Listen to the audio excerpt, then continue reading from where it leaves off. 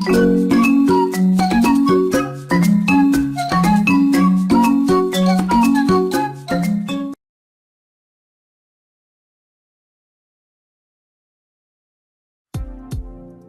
my cake batter, I have about 2 cups of white spelt flour. You can also use kamut flour. I've added 3/4 of a cup of agave powder, 1 teaspoon of vanilla beans, a 1/4 teaspoon of sea salt, and a 1/4 cup of grapeseed oil. And I'm combining that with 1 to 1.5 cups of sparkling spring water. You want to stir that until it resembles a consistency like this, which is kind of like a pancake consistency. And then I've added 2 to 2.5 cups of whipped aquafaba, and I'm just gently folding that in so that I don't deflate it too much. I want it to be a nice fluffy batter consistency like this. And then you want to add that to your baking pan, which has been greased and lined with parchment paper. And you want to bake that on 325 degrees for 30 to 45 minutes or until a toothpick comes out clean. For this recipe, I am using frozen berries, and here I'm just letting them defrost, but fresh berries work best with this recipe.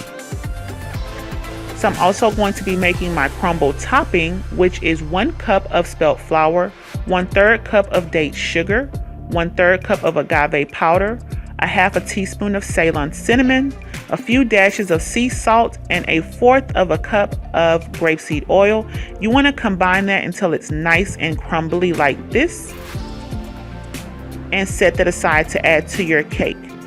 Now for my recipe, my cake came out a little thicker than I wanted it to because my cake pan isn't as wide as I like it to be. So I decided to flip my cake over halfway through. That is completely optional. You do not have to do that. But halfway through cooking, I flipped it over, added it back to the pan, and I did bake it for the remaining time. Once it is done, now I'm going to go ahead and add my berries. You want to drain off any excess juice if you are using fresh berries. So I added my berries to the top of my cake along with my crumbles. And you just want to kind of pile it on there as best as you can.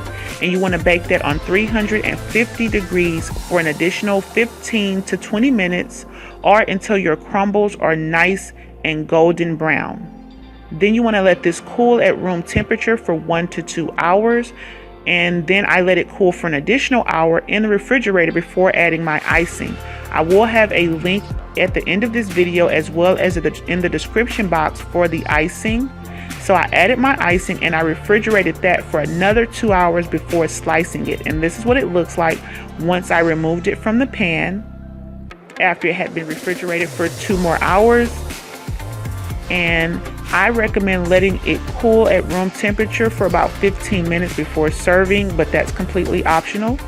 And this is what it looks like once it has been sliced. And there you have it.